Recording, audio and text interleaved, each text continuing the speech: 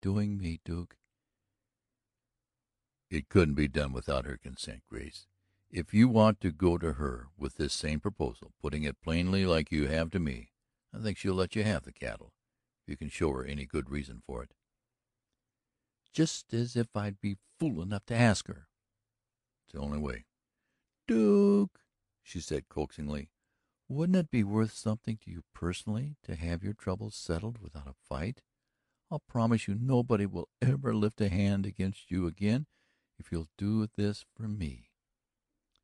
He started, looked at her sternly, approaching her a step. "What do you know about anything that's happened to me?" he demanded. "Oh, I don't know anything about what happened, but I know what's due to happen if it isn't headed off." Lambert did some hard thinking for a little while, so hard that it wrenched him to the marrow. If he had suspicion of her entire innocence in the solicitation of this unusual favor before, it had sprung in a moment into distrust. Such a quick reversion cannot take place in the sentiment without a shock. It seemed to Lambert that something valuable had been snatched away from him, and that he stood in bewilderment, unable to reach out and retrieve his loss. "Then there's no use in discussing it any more," he said, groping back, trying to answer her. "You'd do it for her?" "Not for her any quicker than for you." "I know it looks crooked to you, Duke. I don't blame you for your suspicions," she said with a frankness that seemed more like herself, he thought. She even seemed to be coming back to him in that approach. It made him glad. "Tell me all about it, Grace," he urged. She came close to him, put her arm about his neck, drew his head down as if to whisper her confidence in his ear. Her breath was on his cheek, his heart was afire in one foolish leap. She put her lips up as if to kiss him, and he, reeling in the ecstasy of his proximity to her radiant body, bent nearer to take what she seemed to offer. She drew back, her hand interposed before his eager lips, shaking her head, denying him prettily. "In the morning. I'll tell you all in the morning, when I meet you to drive the cattle over," she said. "Don't say a word. I'll not take no for my answer." She turned quickly to her horse and swung lightly into the saddle. From this perch she leaned toward him, her hand on his shoulder, her lips drawing him in their fiery lure again. In the morning, you can kiss me, Duke." With that word, that promise, she turned and galloped away. It was late afternoon, and Lambert had faced back toward the ranch house, troubled by all that he could not understand in that morning's meeting, thrilled and fired by all that was sweet to remember, when he met a man who came riding in the haste of one who had business ahead of him and could not wait.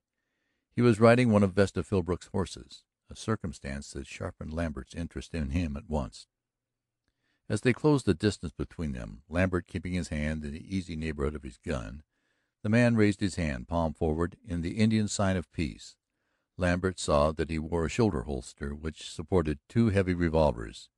He was a solemn-looking man with a narrow face, a mustache that crowded Taterleg's for the championship, a buckskin vest with pearl buttons.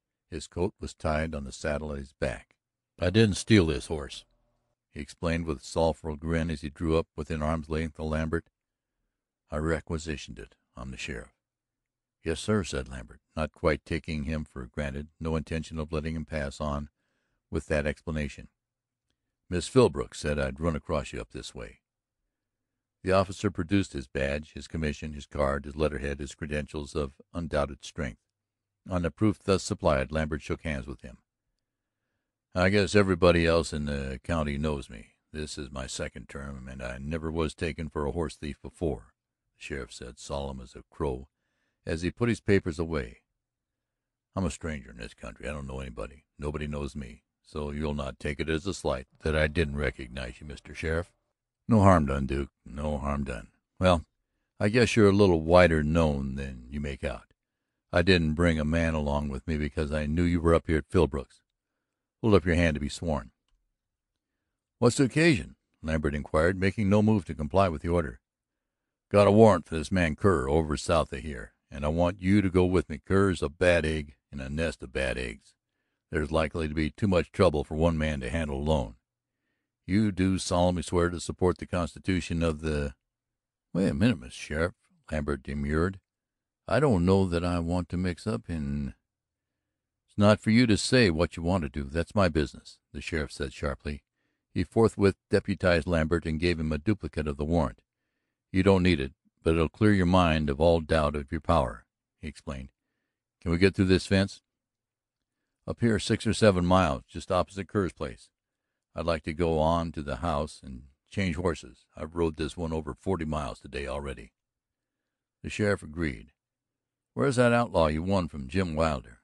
he inquired, turning his eyes on Lambert in friendly appreciation. "I'll ride him," Lambert returned briefly. "What's Kerr been up to?" "Mortgaged a bunch of cattle he's got over there to 3 different banks. He was down a couple of days ago trying to put through another loan. The investigation that the banker started laid him bare. He promised Kerr to come up tomorrow and look over his security, and passed the word on to the county attorney. Kerr said he'd just bought 500 head of stock. He wanted to raise the loan on them." "500," said Lambert mechanically, repeating the sheriff's word, doing some calculating of his own. "He ain't got any that ain't blanketed with mortgage papers so thick already they'd go through a blizzard and never know it. His scheme was to raise $5,000 or $6,000 more on that outfit and skip the country. And Grace Kerr had relied on his infatuation for her to work on him for the loan of the necessary cattle."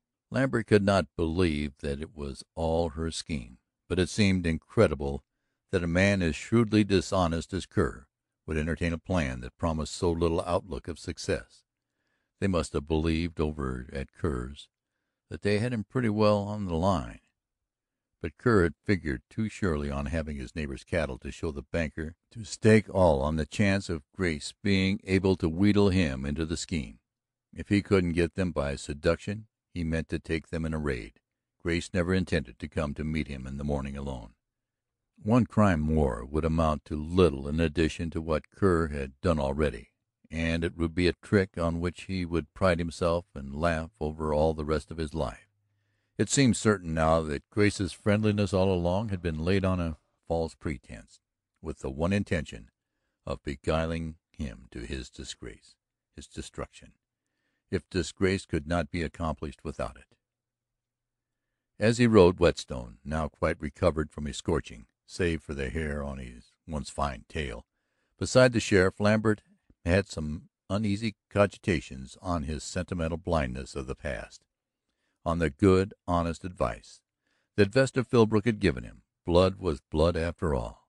If the source of it was base, it was too much to hope that a little removal, a little dilution, would ennoble it. She had lived there all her life, the associate of thieves and rascals. Her way of looking on men and property must naturally be that of the depredator, the pillager, the thief. And yet, thought he, thumb in the pocket of his hairy vest where the little handkerchief lay, and yet. End of chapter 21.